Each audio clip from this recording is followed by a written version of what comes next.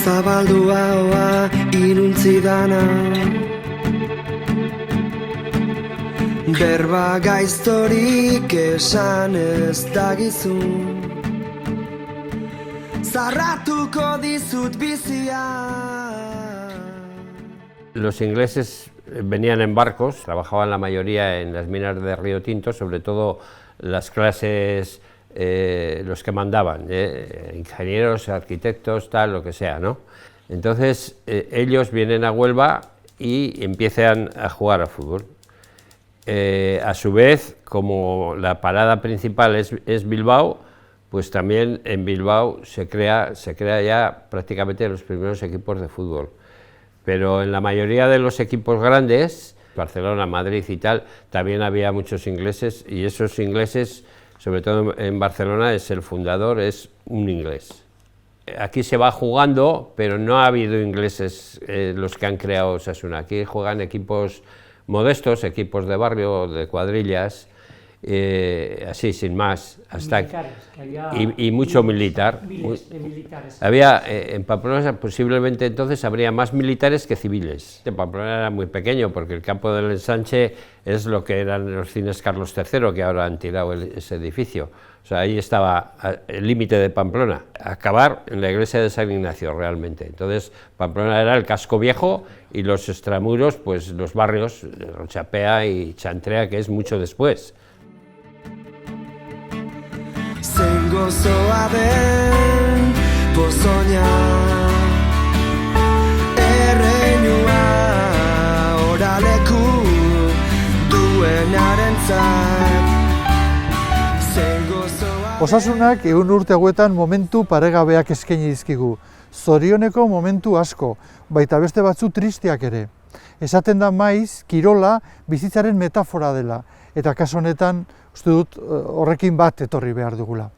Edozein kasutan, kapitulu honetan, hitz egingo dugu Osasunaren hasierari buruz. Eta bereziki, 1996ko estatu kolpearen ondorioz, Osasunako zuzendaritzakide batzuk beren ideiengatik pairatu behar izan zuten errepresioari buruz.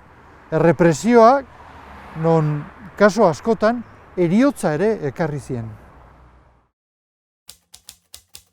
El nombre de Osasuna parece ser que Eladio Zilbeti fue uno de los que estuvo ahí implicado. De hecho, por lo visto, su amacho era euskaldun y fue una de las que con las que consultó para proponer este nombre, ¿no?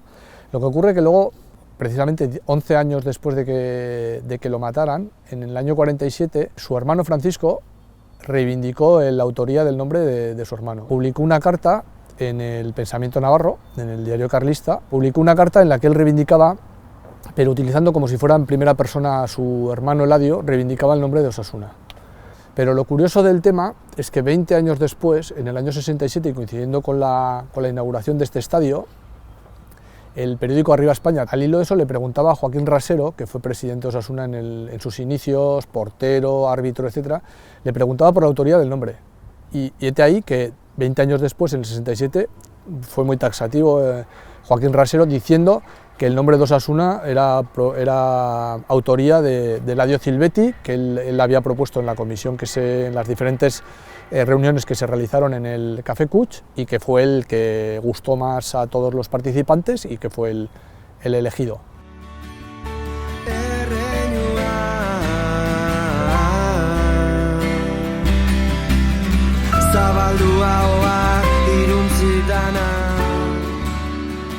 Cada regimiento que había, porque aquí había artillería, infantería, ingeniería, había de todo. Además, a nosotros nos ha tocado hacer la mili y aún existían todos esos cuerpos.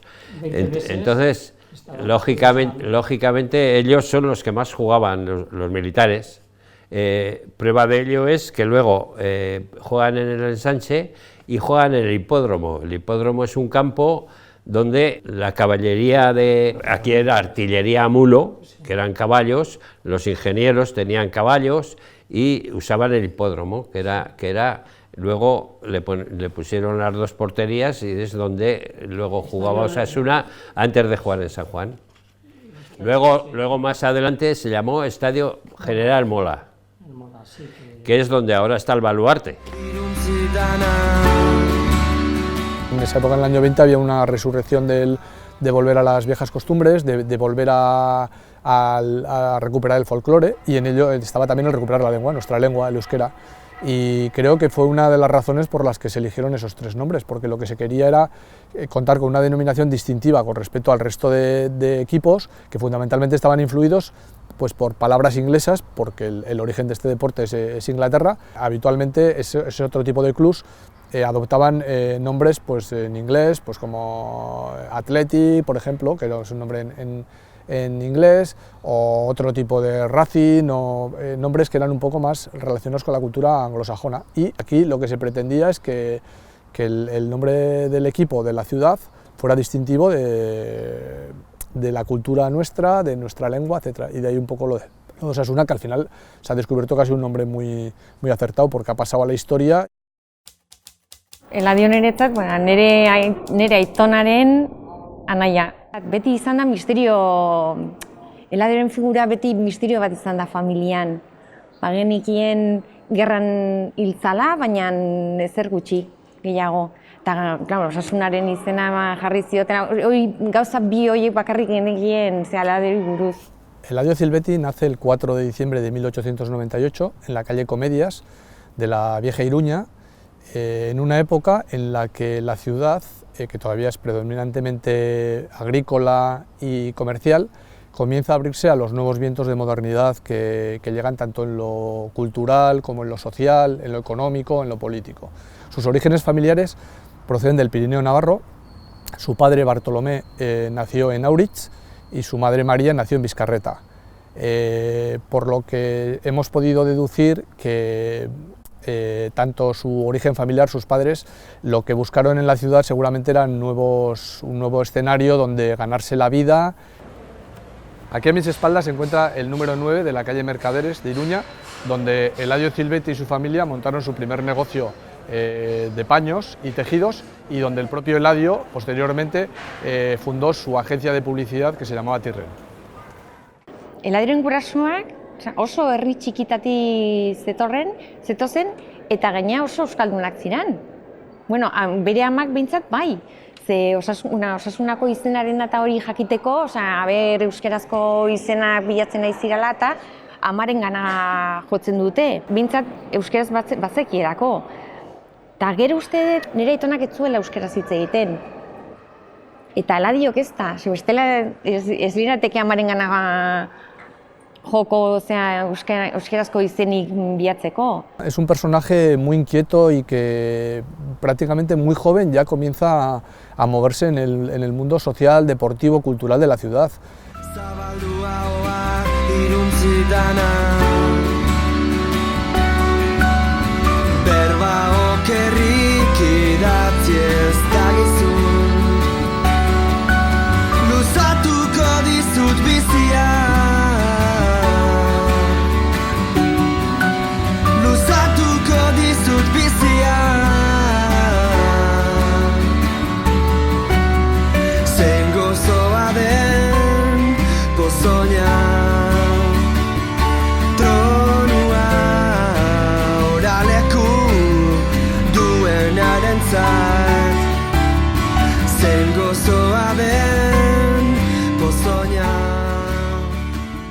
Claro, los balones pesaban, no son como los de ahora, pesaban mucho más.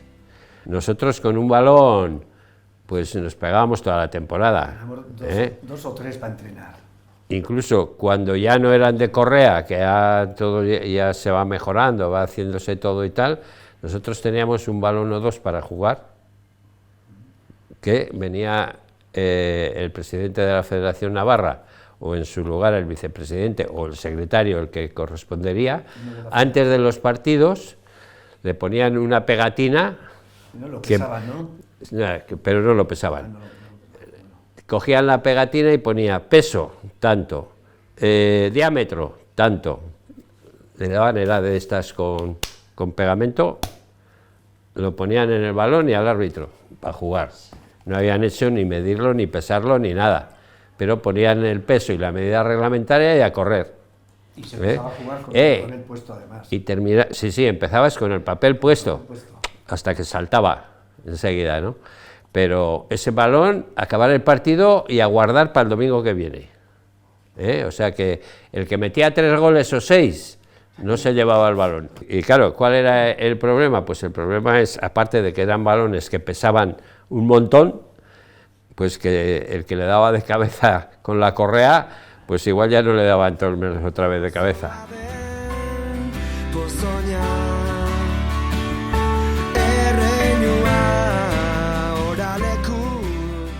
Eladio Zilbetti era el mayor de 6 hermanos y en su familia tenía 2 hermanas monjas, es decir, no, yo creo que él no llegó a la militancia en la NV por anticlericalismo ni mucho menos.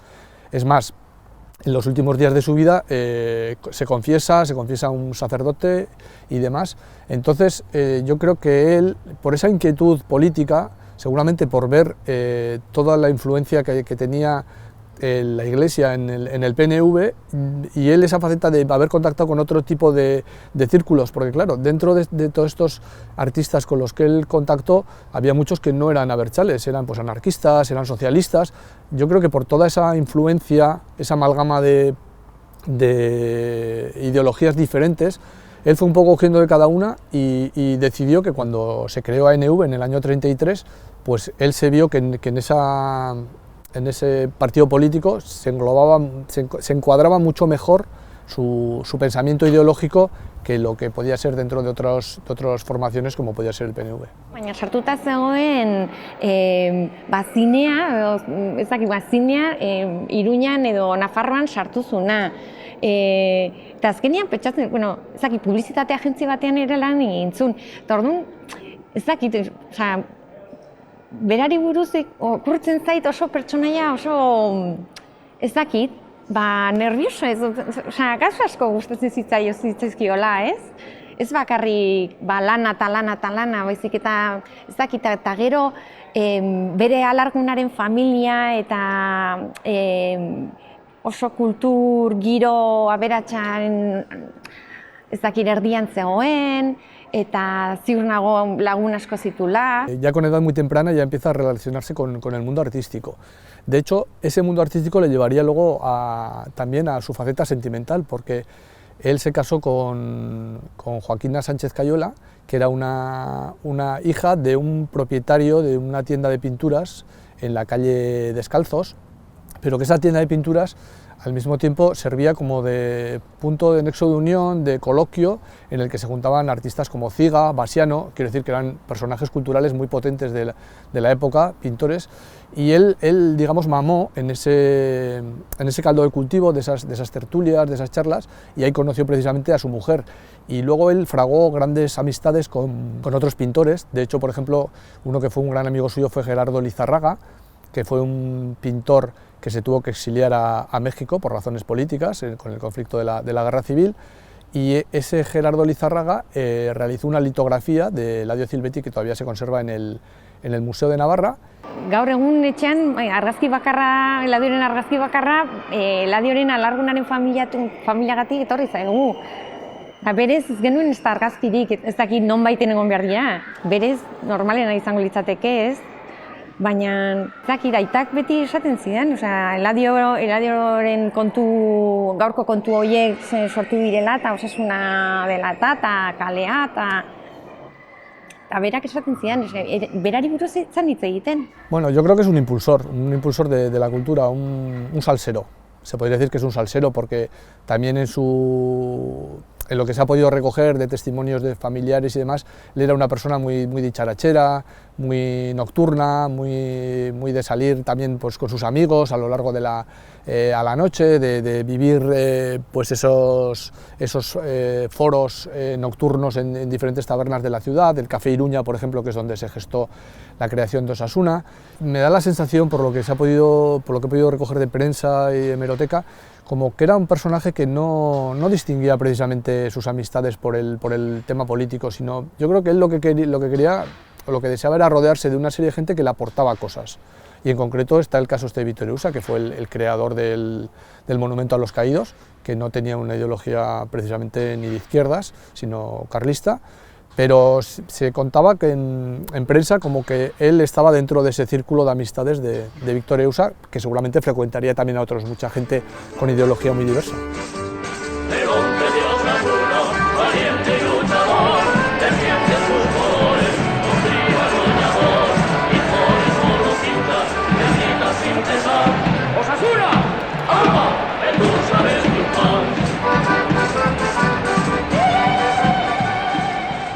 Había veces que, según dónde, que metían el balón y claro, lo meten y no le daban vuelta al balón de toda la semana metido en el asca y no le daban vuelta y el balón estaba empepinado.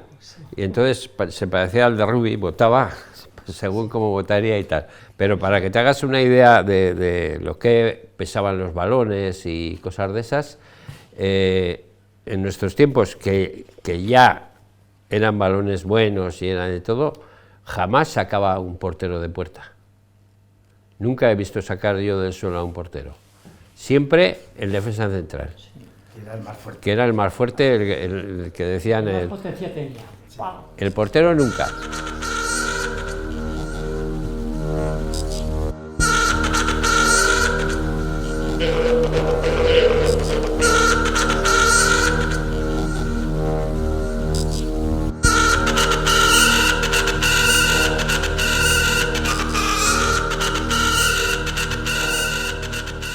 No es a Eladio el primero al que detienen, sino que es a su hermano, Francisco, que lo detienen en octubre y lo llevan al penal de Ezkaba.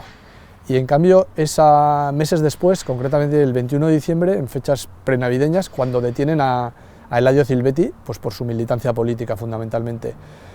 Su hermano tuvo más suerte que él, pero bueno, por azares de la vida, coincidió que el que era el jefe responsable del penal de Ezkaba fue es compañero suyo en el colegio. Adiski bat zeukan, eta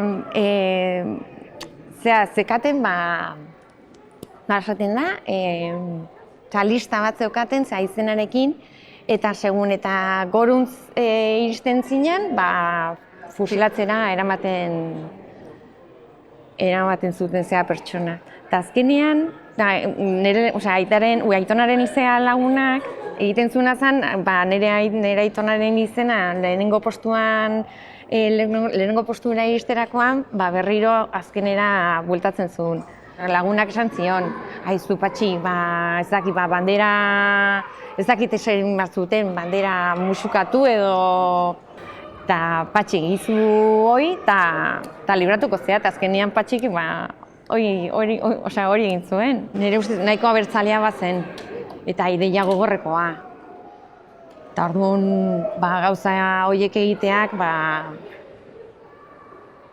mina egingo zion. En cambio, Eladio no tuvo esa suerte. A Eladio lo detuvieron y por lo que hemos podido indagar ni siquiera tuvo ningún tipo de juicio porque no pasó por ningún tribunal militar de ningún tipo ni nada.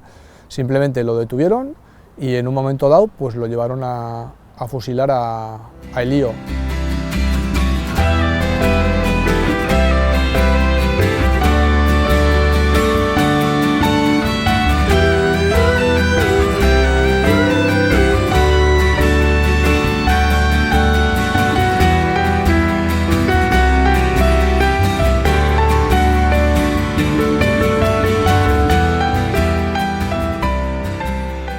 Jesús Jáuregui Gorraiz cuenta en un pequeño escrito sobre las vivencias de sus familias.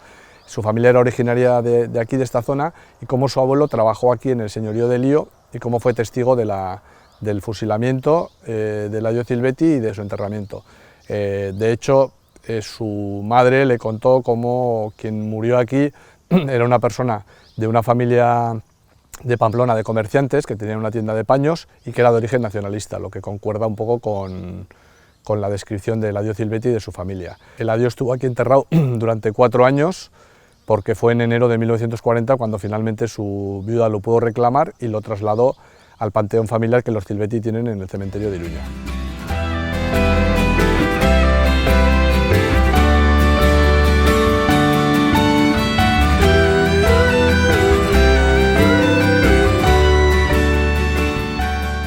El hecho de ser militante de ANV, el hecho de tener carnet de ese partido fue lo que le llevó a la muerte, no le libró. Es además, resulta curioso un dato, y es que, aun a sabiendas de que habían detenido a su hermano 2 meses antes, cómo no decidió escapar o huir, pero yo creo que fue una cosa muy habitual en la época. Creo que a mucha gente se le llegó a fusilar y a matar sin conseguir escaparse, porque yo creo que ellos mismos no creían que el nivel de conflicto o de represalia o de odio iba a llegar hasta ese punto, y pensaban que, bueno, que esto podía ser una especie de conflicto de muy poca duración y que al final se llegaría a un arreglo. Y yo creo que mucha de esa gente acabó siendo fusilada por el hecho de que no pensaba que se iba a llegar hasta ese extremo. Claro, garai mingotxoiek ez dut uste memorian edo, bueno, memorian gordetzen dituzu, baina ez duzu ari buruz hitz egiten. Baina horrek ez du esan nahi ez zutela gogoratzen eta maitatzen, eta azken finean, adibidez, nire aitaren bigarren izena Eladio da, eta nire aitaren lehengusuaren lehenengo izena Eladio da. Eta horrek esan nahi du azkenean, hori, maitasun izugarri eta betirako mantentzeko, bueno, betirako edo ez dakit, bere artea, bere izena mantentzea, esan nahi berezia baduela, o bazuela beraientzat. Pero luego el cura que le confesó, Alberto Oficialdegui, que era el cura de Ibero, este hombre, aparte de sacerdote, era fotógrafo y etnógrafo, aficionado. Recogía las costumbres de la zona, tiene libros sobre costumbres, danzas, cultura, etcétera, de los diversos pueblos de la zona de Iruñerría. Y este hombre, en un libro, explicó cómo él fue el confesor de Eladio Zilbetti, cómo le solicitó las últimas voluntades hacia su mujer, cómo redactó una carta, que él mismo se la entregó en persona a su mujer, a Joaquina, y cómo le confesaron un feligres que a Eladio Zilbetti lo habían matado y lo habían enterrado en el Lío.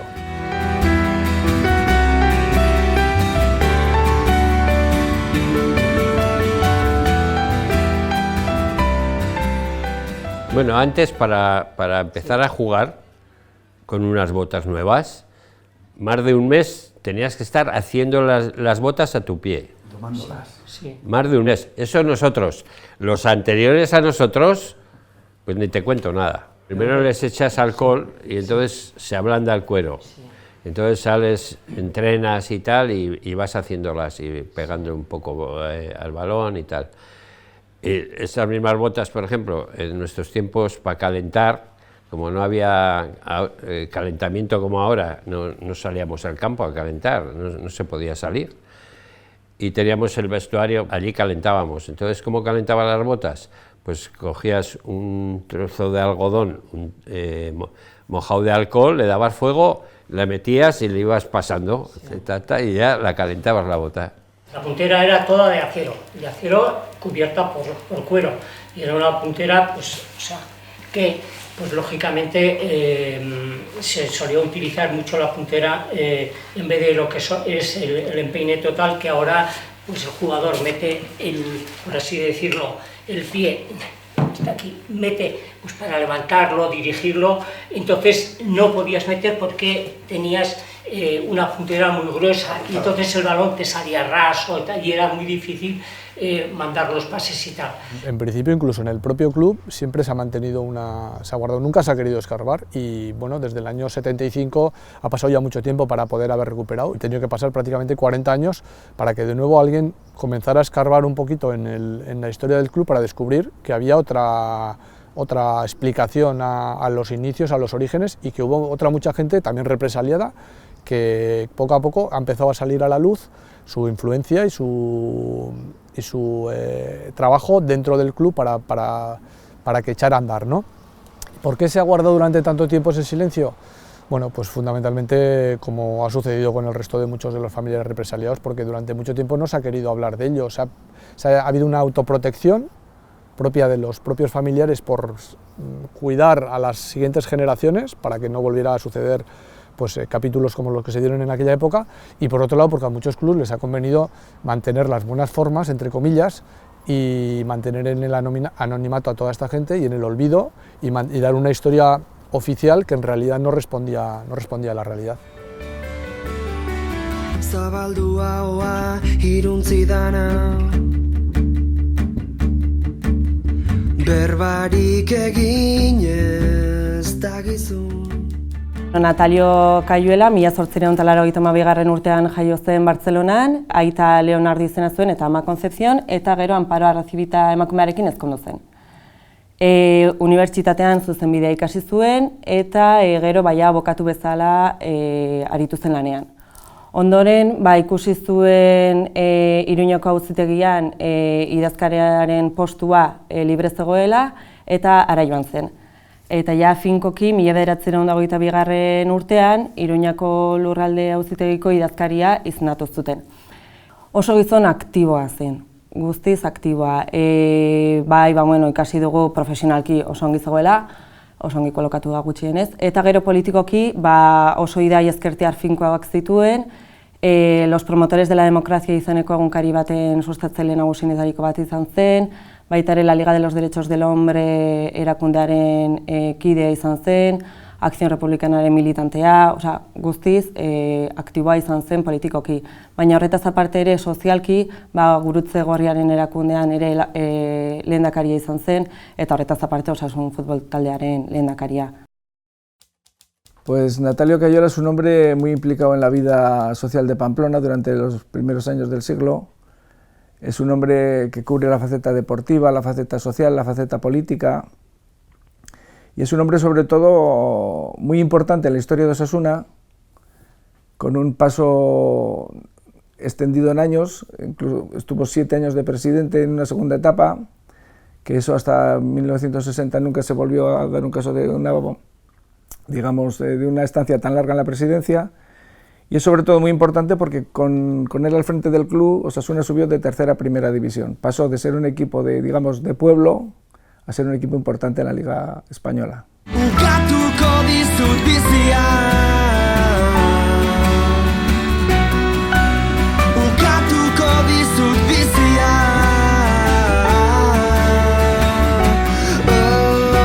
haserretu zaitez egin gedar, irriztu zu eriotza, haserretu zaitez egin gedar, irriztu zu eriotza.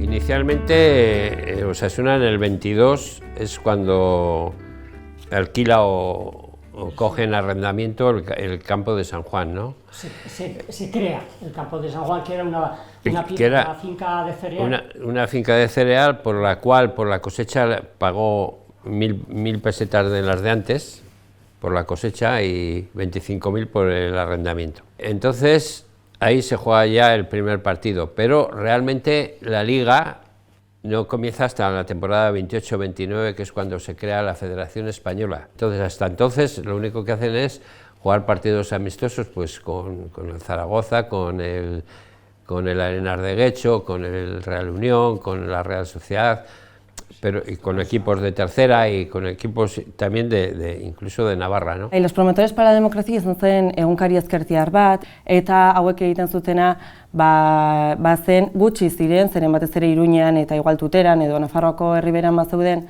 baina haien lana oso sakona izan zen. Eta egin zutena izan zen, 1930ean Acción Republicanakoak eta beste idei ezkertiarrak zituzten kide garrantzitsu batzuek egin zuten La República egunkaria, eta gero aurrerago 1932an elkartu ziren beste batzuk eta Los Promotores para la Democracia egunkaria egin zuten. Batez ere, idei ezkertiarrak eta republikarrak bulkatzen zuen egunkari bat, eta bertan parte hartu zuten gehiengoek Acción Republicanako militanteak eta buruzagiak, hor zeuden Kayuela anaiak, bai Natalio baita Santiago, beste nahi bat, Acción Republicanako militantea. Kayuela, cuando entró en su segunda etapa en 1928, se encuentra un club, digamos, arruinado, con una deuda de unos 60.000 pesetas de las de entonces. El primer año él reduce la deuda en 7.000 pesetas y al siguiente en 50.000. Ahora nos parecen cantidades ridículas, pero entonces eran muy importantes. Entonces él consigue el primer milagro económico de Osasuna, que digamos que es estabilizar el club. ¿Qué pasa? Pues que el profesionalismo arraiga muy pronto en el fútbol, hay que invertir dinero en los jugadores, conforme asciendes de categoría los gastos son mayores, los ingresos solo vienen de taquillas y de socios, que eran muy poquitos entonces, y cuando llega el año del ascenso a primera los gastos se disparan. Entonces hay una crisis económica, hay que afrontar una reforma de San Juan, no hay dinero. Fue muy curioso porque en casa ganaba los partidos con muchísima solvencia, metía muchos goles, pero fuera de casa era incapaz de ganar nada. Estuvo muy cerquita de salvarse en la penúltima jornada, falló en un partido como local, y el último partido que juega contra el Atleti en San Mamés, pues el Atleti ganó, fue campeón de Liga y Osasuna se fue segunda. Los aficionados se ponen nerviosos y él también tiene que hacer frente a una pequeña rebelión en la plantilla. La plantilla, los jugadores importantes, Vergara, Catachuros, Bienzobas, no quieren renovar, entonces se les podía retener, se declaran en rebeldía y digamos que en septiembre Osasuna no tiene equipo para afrontar la primera división. Entonces la gente se pone muy nerviosa, la prensa se pone nerviosa, lo critican y acaba desencadenando en su dimisión. Uztailaren 19an, urte bereko uztailaren 19an, ailegatu ziren Iruñera. Eta Natalio, gainerako beste militante batzuk bezala, atxilotu egin zuten. Atxilotu egin zuten Iruñean Eskolapioz gartzelan, eta hortik hilabetera autobusera igo, eta presoek uste zuten Zaragozarako bidean zihoazela, baina ez. Iruñatik 70 kilometrotara, Bardeetara ailegatu eta Balkaldera eskortara ailegatu ziren eta jisteko agindua eman zieten presoei. Momentu hartan oraindik presoak ez zekiten zer gertatuko zitzaien, baina behin jabetu zirela apaiz talde bat hor zegoela, suposatu zuten zer gertatuko zitzaien. Las juntas que hay desde el año 1928 hasta 1935 que están al frente del club, digamos que hay una composición muy variopinta de las juntas en cuanto a militancia política. Por ejemplo, coinciden en las juntas Natalio Cayuela, que era de Acción Republicana, con Carmelo Monzón, que también era republicano, con Ramón Bengaray, que también era republicano, y con Antonio Lizarza, a la sazón jefe del Requete Navarro. Antonio Lizarza Iribarren, Leitzan sortua 1881. Bera izan zen indar paramilitar karlisten antolatzailea, Reketearen antolatzailea alegia. Bera izan zen hautatua Benito Mussolinirekin biltzeko, berarekin elkarrizketatu zen eta formakuntza militarra jaso zuen Italian. Italian ez bakarrik formakuntza, armak ere eskuratu zituzten karlistek Antonioren gestioi esker. Bera izan zen arduraduna arma horiek ekartzen, gordetzen eta banatzen. Eta berak kontatzen du hori Memorias de la Conspiración izeneko liburuan. Kolpearen bezperan, mola generalarekin nola jokatu adostu ondoren, hegazkinez Lisboara abiatu zen. Sanjurjo generalaren bila, izan ere general hori 1952an ja estatu kolpe saiakera bat egin zuen generala alegia, bera izendatu zuten kolpea zuzentzeko.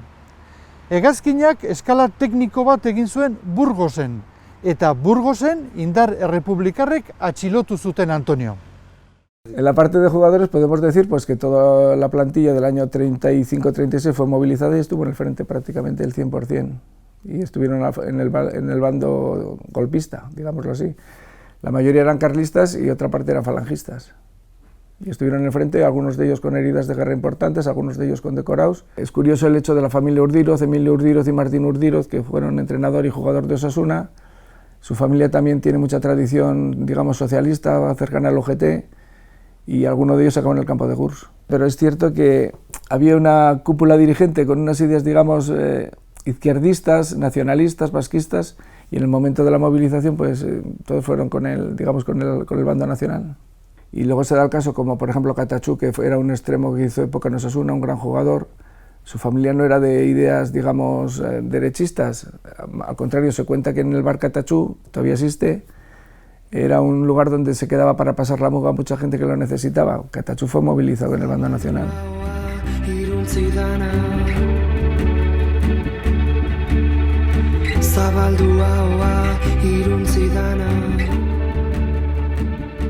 Carmelo Bengaray, que fue un conocido impresor pamplonés, acabó fusilado.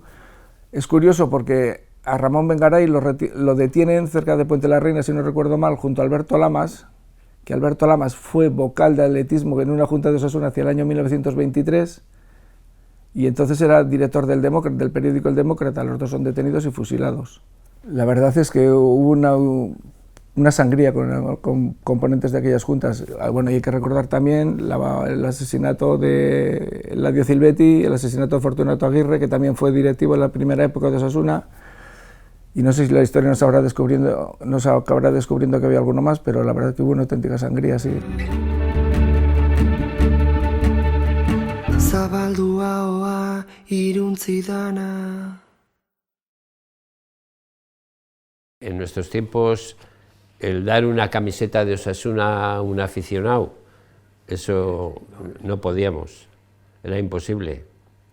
Era imposible porque había que hacer equipaje nuevo y no había dinero. No había dinero y nada, ni las camisetas llevaban el nombre del jugador. Había camisetas del 2 al 11, no había cambios, no existían los cambios, solamente se podía cambiar el portero, si se lesionaba.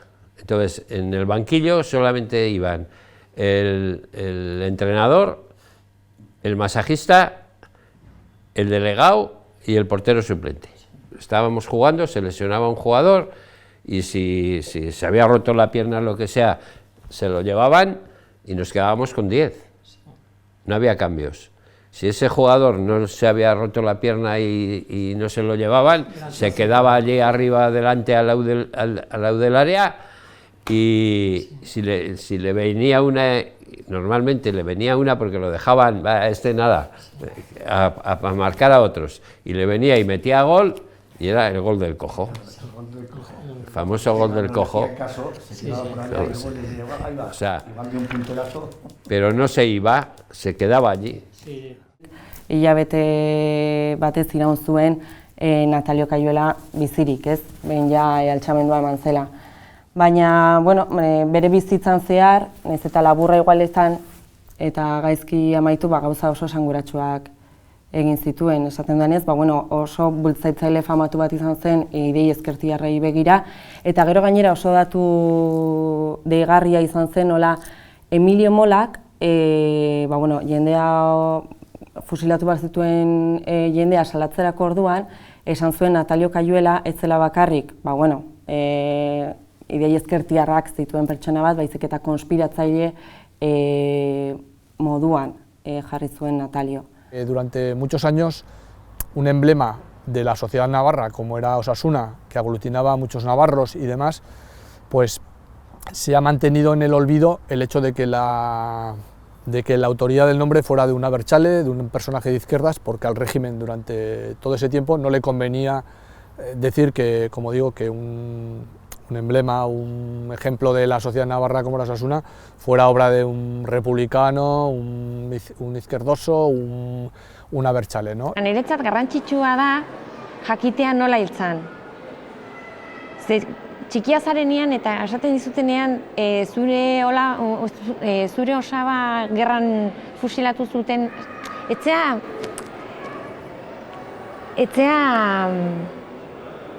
konturatzen zer esan nahi duen horrek. Ez naiz hortaz konturatu orain arte. El club tiene una gran deuda con estos inicios y con muchos de estos personajes, pero yo creo que alguien como Natalio Kayuela sí que merecería tener su sitio en el club y su reconocimiento. Son 7 años al frente del club, es un salto de tercera a primera división que solo lo ha hecho Fermín Ezcurra. Y digamos que con Kayuela el club pasa de ser un club de pueblo a un club importante. Importante en primera división, importante en jugadores. Es el equipo de 1935 será uno de los mejores de la historia de Osasuna, por futbolistas, de los mejores de la historia. La herida sigue abierta, sigue abierta, sigue abierta, sigue abierta.